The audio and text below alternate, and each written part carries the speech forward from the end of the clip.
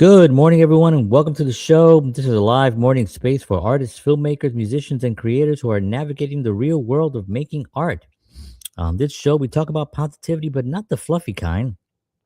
We talk about what actually stops artists from moving forward, the struggles we all face, and how to move through them with clarity and purpose.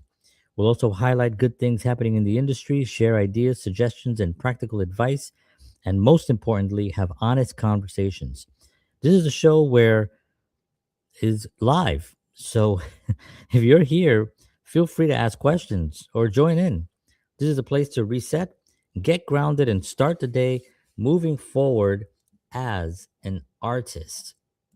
And good morning, everyone, and welcome. Yes, I have a lot of gear on here, and I have a very warm hat because I'm in Nashville, Tennessee, and we've been hit with a tremendous cold and snow, and now we're dealing with ice and power lines. It's been a hell of a hell of a few days. I'm going to actually just read a quick thing that happened, just to give you an idea, to give you some a news update if you're in the Nashville area or in these parts. A powerful windstorm that swept through the region has left Nashville dealing with lingering snow, significant accumulation, and hazardous travel conditions. With many roads still slick from refreeze and black ice, even after the snow has tapered off. Power infrastructure was heavily impacted, with hundreds of thousands of customers losing electricity as ice laden trees brought down lines, and crews continue restoring efforts that may take several days. Temperatures remain well below freezing, keeping ice stubbornly in place on bridges, overpass, and untreated side streets. And authorities are urging residents to avoid travel unless absolutely necessary. With bitter cold expected to persist and dangerous wind chills, emergency officials continue to warn of risk of icy roads, prolonged outages, and extreme cold exposure across the area. And that is what's currently happening right now in Nashville. We didn't have a show on Sunday night because I had no power. We lost power here. We had the fire going. We had the family was in front of the fire. We kind of set up shop in front of the fireplace right here behind me, and that's kind of like where we survived for just for a day. Actually, it wasn't really horrible. We actually cooked over the fire. We made some eggs and some sausage, and it was cool. But I got to tell you, it's still cold, and it got to 10 degrees last night. It's about 10 degrees now. And yeah, and Nashville it's not really built for that. The infrastructure is just not capable of handling that kind of prolonged temperatures. So that's one of the reasons why things just stop.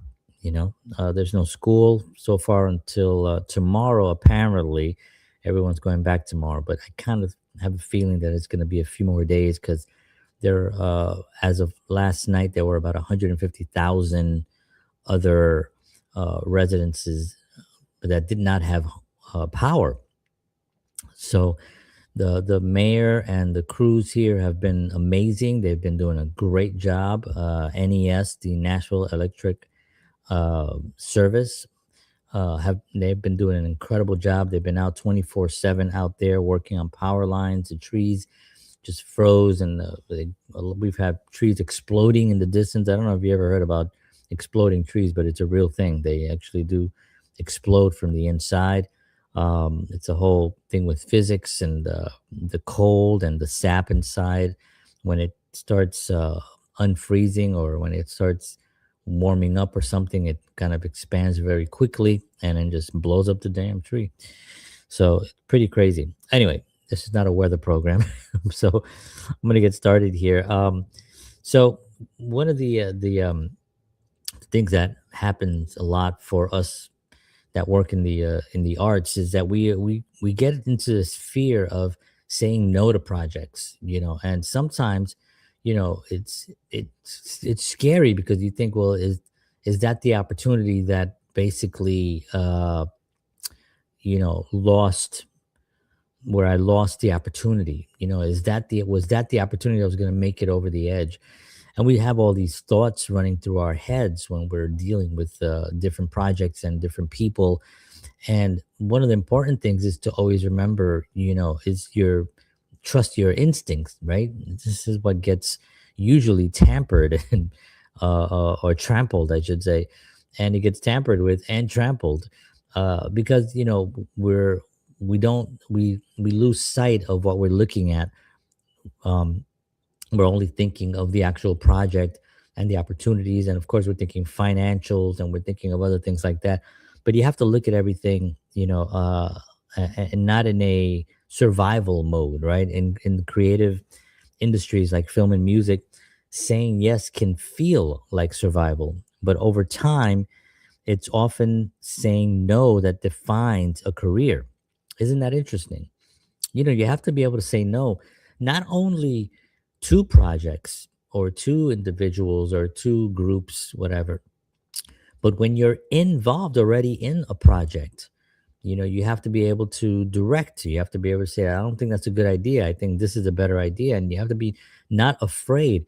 They're hiring you to do that. They're hiring you to control the situation, to make the situation better for them by pointing out certain things. That is why you get hired as a director, as a producer, as a showrunner, whatever it is. You get hired to say no and say yes, and then they have to respect that. Now, if you have somebody who's on a power trip, they're the money people, they'll come in and they'll throw in their 2 cents. And sometimes they control it, and then you have to do what they do. And then if the project fails, you get the blame because you were the director, and they head off and they go off into the sunset. Well, not into the sunset, they go off into their caves. So, but over time, what saying no is really important. Every project, collaboration, or opportunity costs time, energy, and focus. And when those are spread too thin, the work suffers. Protecting your time isn't about arrogance or exclusivity. It's about respecting the creative process and understanding that your best work requires space to breathe. Remember, here we are creating, and it's in the comfort of your home, and you have some time, and you can put some energy behind it and a lot of focus. And then suddenly you get thrusted into an opportunity that it's fast, and you got to go, and the time is money, time is money. And now your creative process is challenged now that it's being pushed. And the risk of it is that you're going to lose the quality of your work. That's the key thing. And when that happens, it becomes a problem. So why do people get so upset? By saying no. It's in a lot of different things, right? When you have a conversation with anyone and they want you to go one direction and you say, nah, I really don't want to go that direction. I want to, I'm not going that direction. I'm doing something else. The frustration in their eyes because they want you to go a certain way. They need you to go a certain way in order to fulfill one of what they need, and you have to, you got to take breaths, and you got to just really, and you have to be in present time. This is something that I talk about a lot on this show is you have to be in the moment. You have to be in present time in order to look at your environment and be able to make the decisions that are going to really um, they're really going to create the foundation to your work. You have to be able to have that integrity with your work and be able to say no, and then be able to have a nice calm conversation. There's no screaming involved. There's just like, yeah, I'm just not doing that, and for you it's okay because it is your integrity. And whether you're making the right decision or not, sometimes you're not making the right decision, right? Sometimes you're making the wrong decision, but at the moment that's what you feel is the right decision. So you're not really losing your integrity by just making a wrong decision. You're learning from your mistakes. Now you can listen, and you can assess someone that's giving you some information, and assess the information, and then look at it and be like, that might be a good idea. You have to have that ability. You have to have that frame of mind, the ability to change your mind, to have different viewpoints, to acknowledge and validate other people's viewpoints. You have to have all these things in order for you to really move forward and make the correct decision. And this is hopefully why you make more better decisions than not, because you have these abilities. If you operate on responses, if you operate very reactively and you're not thinking and you're just kind of going at it, no, because your life is going to be a living hell, and not just through the arts, just in life in general. You have to be able to assess the situation very quickly, by the way, because in film and in music and in just in entertainment in general, it moves very, very quickly.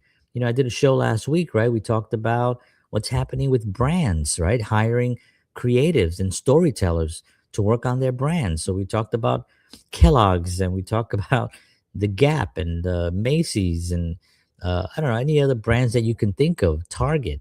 Instead of them hiring out uh, agencies and film agencies to actually, they hire them, they pay them a lot of money to do their commercials, and then hiring somebody else to do their social media accounts, and doing somebody else to do their ads, and in circulars and papers, and in magazines, and different social media ads.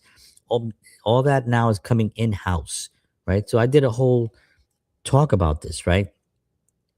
And these opportunities will come, they're going to come, and you have to be able to stay in the present moment where you can make the proper decision based on what's coming in the door.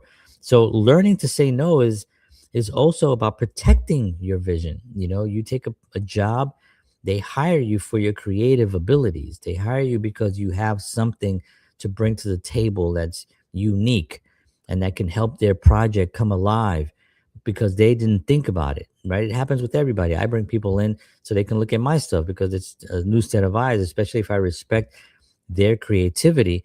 I will ask them. If I don't respect their creativity, I don't ask them, right? So they're bringing you in because they do respect your creativity. They've seen your work in the past. They understand what you can bring to the table. And that vision that you're bringing has to be protected.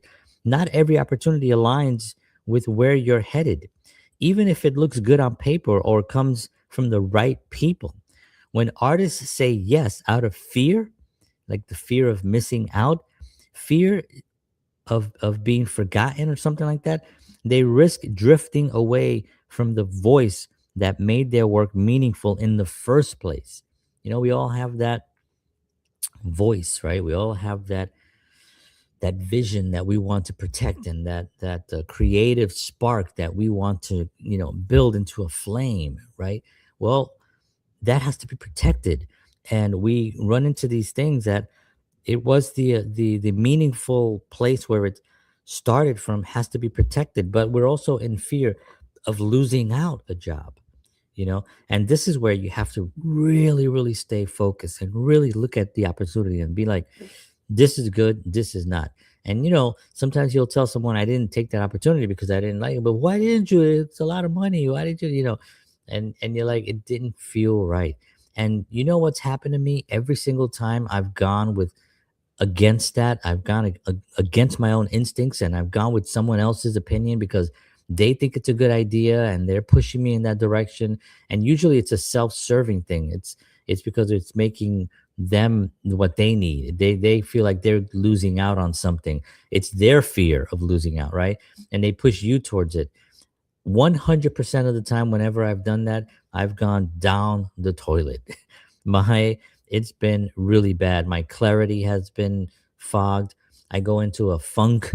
I go into a dark place where I'm struggling now for months, sometimes years, doing things that I knew that I should not have done, you know, and you go against it because you trying to accommodate someone else's vision of what they see for you.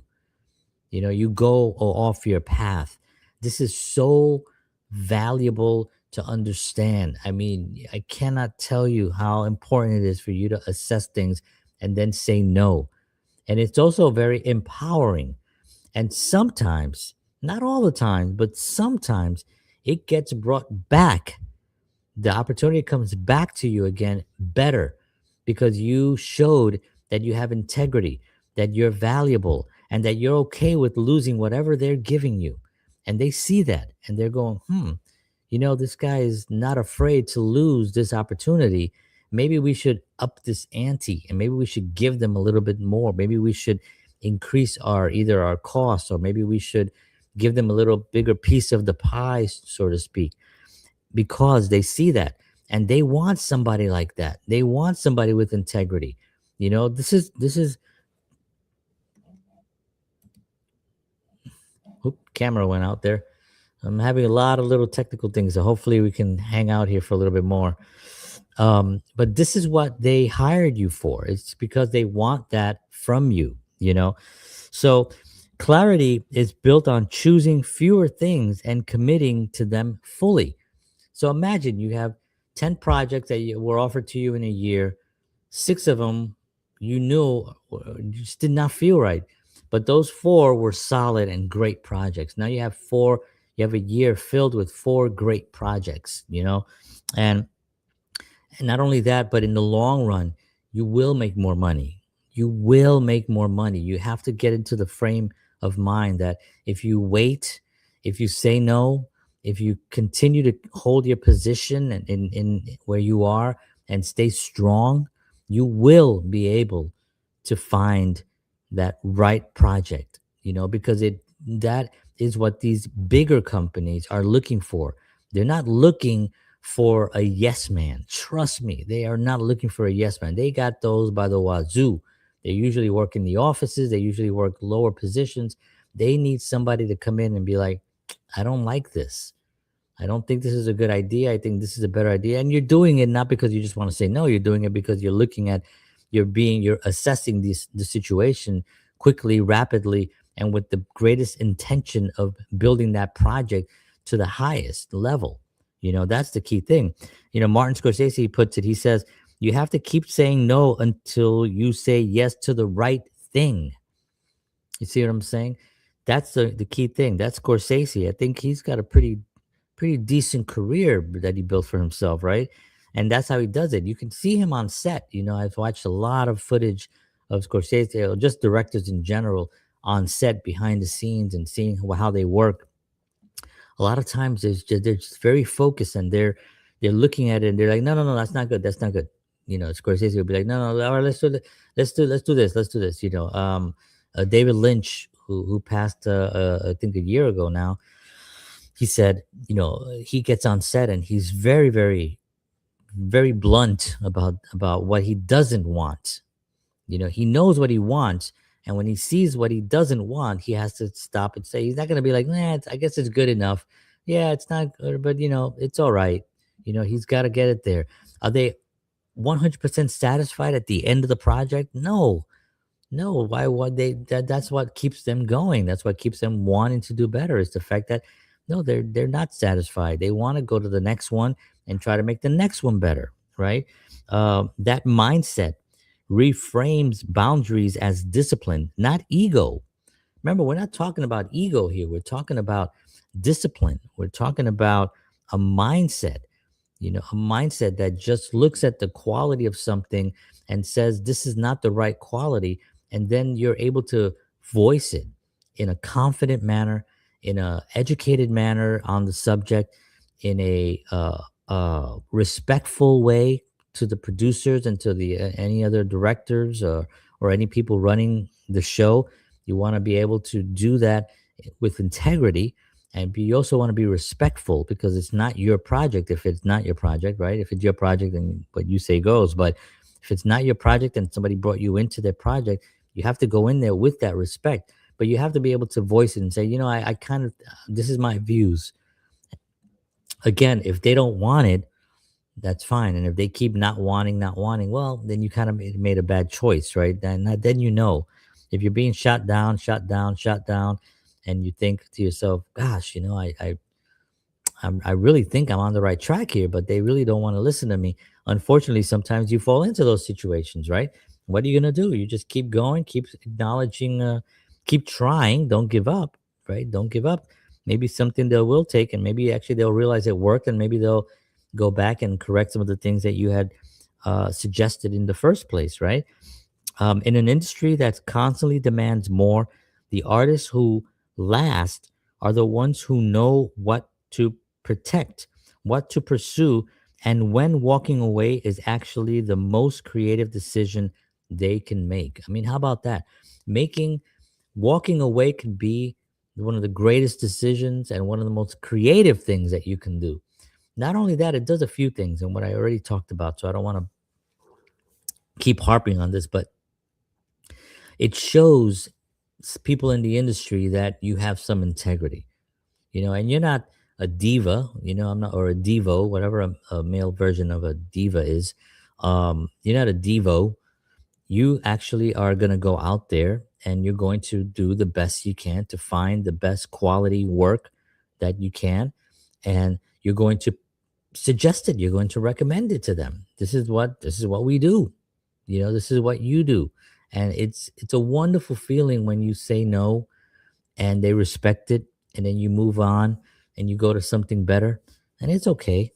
It's okay. It's like sometimes you get fooled by a production company, a film. They I don't think that they purposely fool you, but they entice you with an opportunity that really doesn't exist. And you have to be smart enough to see that, and maybe you can work with it. Maybe you can say, you know what, I'm really not into this, and see what they say. Or this isn't really what we talked about. You do have to be able to say that at times, because in their minds they have this thing, and then when you look at it, you're like, you really don't have a thing, unfortunately. They may be great people, but they don't really have a thing. They're building a thing, and they want you to work for them for pennies to try to help them build a thing, and in the hopes that in the future you make some money, right? Now, there are projects that you might feel very strongly about, and you will do that with. I've done that many times, including my own films. I've done 10 films on my own. All of them are my own projects with nothing uh, monetary coming from them, just a lot of exposure and a lot of networking, which is great, because that has brought finances and has brought networking. But my point is that, you know there are projects that are passion projects, and if somebody brings you in and says, hey, listen, we got no money, but this is what we have and this is what we're bringing to the table, you know and you look at it and you're like, wow, this is really a great opportunity, and I want to do this. I did that a few years ago with a record label. I signed on. I worked for them for a few years. Try to push the agenda, try to push, social media and marketing, and try to push the money to the marketing instead of the recording side. Didn't work. As much as I kept pushing and pushing and pushing, unfortunately, it did not work. They did not like that I was doing that. They didn't understand the industry enough. They didn't trust me enough, right? So that, unfortunately, that didn't work out, and as a result, it's no longer a company. I was kind of told to go away. I was let go, um, because I was forceful, and I was like, this, we need to do this. We have to do this.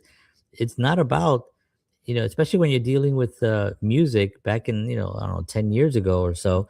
It's completely different situation. We didn't have the luxury of of we didn't have the luxury of saying, like, hey, let's just put all this money and be in the studio. No, you had to get out there and do marketing. Social media was a brand new thing, right? And this was my experience back then. I bring that up only because it was a learning thing. It was learning for me. It was the opportunity to say, you know what? No, I don't want to do this project unless I have this kind of creative input and this kind of creative power where I can veto certain things, because I think that the important thing for this would be blah, blah, blah, right? And you go into it that way. And that was a huge learning thing for me, right? And not to mention a few of them.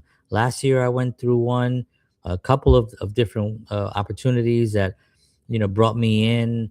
on, just as just a couple of $100, just as a good faith a week, to something that where the money really wasn't there. There was no future money there. Maybe 10 years down the line, maybe 5 years down the line, there's no huge money there, right? And by huge money, I mean, um, you know, substantial enough that you could actually support your family, right? That's I'm talking about that kind of money, not millions of dollars, which is my goal, is to build something that grand. um, but at the same time, you also got to get there, and to get there, you have to have some fuel, you have to have some energy. So you got to create some energy, right? And I fell for a couple of those projects, so I'm still learning. I got a couple of projects right now that are going that I haven't signed on to yet, but I'm actually doing a couple of things this week.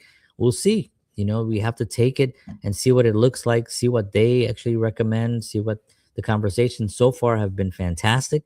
So hopefully that'll work out. We'll see what happens, right? Um, all right. Well, I hope this helps. I hope you understand that saying no does not make you a bad person.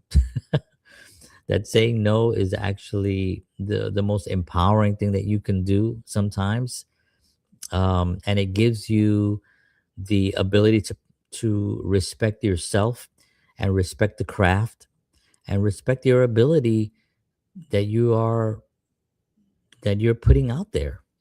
You don't want to be the guy that just says yes to everything and then everything falls apart and everybody walks all over you and then you leave. You don't want to be that guy. You want to be the guy that says, yeah, he left. Why? Well, he wanted us to do this thing and we didn't want to do that. Well, why didn't you do that? Well, and then if it was the right idea, they'll know about it later on. They'll trust me. They'll have either they may not say it out loud, but in their own minds, they will know, God, we screwed up. We should have listened to him and we should have given him more, or we should have listened to him and we should have done what he said. They'll know. They may not even talk about it together because they refuse to admit that. But they know. They know. All right, friends. I want to thank you so much for tuning in this morning. We were able to keep the power going and the camera just flickered a couple of times, but I think we're okay now. Um, have a wonderful day out there. If you're in the Nashville area, stay warm. I hope you're in a safe place. There are warming centers you can actually research if you have to get to a warming center for the day. Um, and there's a lot of people out there that are helping, like I said before, the mayor and the crews have been working nonstop and really getting things going. But stay safe, and not just Nashville, it's across the country right now. The cold weather is really hit us pretty hard, and like it does every year, right? I mean, we get this every year. Everybody makes it seem like this doesn't happen. Now, this ice thing I've never experienced here in Nashville and in New York and New Jersey, not to this degree. So this is a very interesting, and the trees look beautiful. If you haven't seen some of my social media platforms, check them out. I posted some photos and some videos, some really beautiful stuff there on the other channels. All right, friends, take care of yourselves. God bless you all. Take care of each other. I'll see you all tomorrow morning. And as always, peace.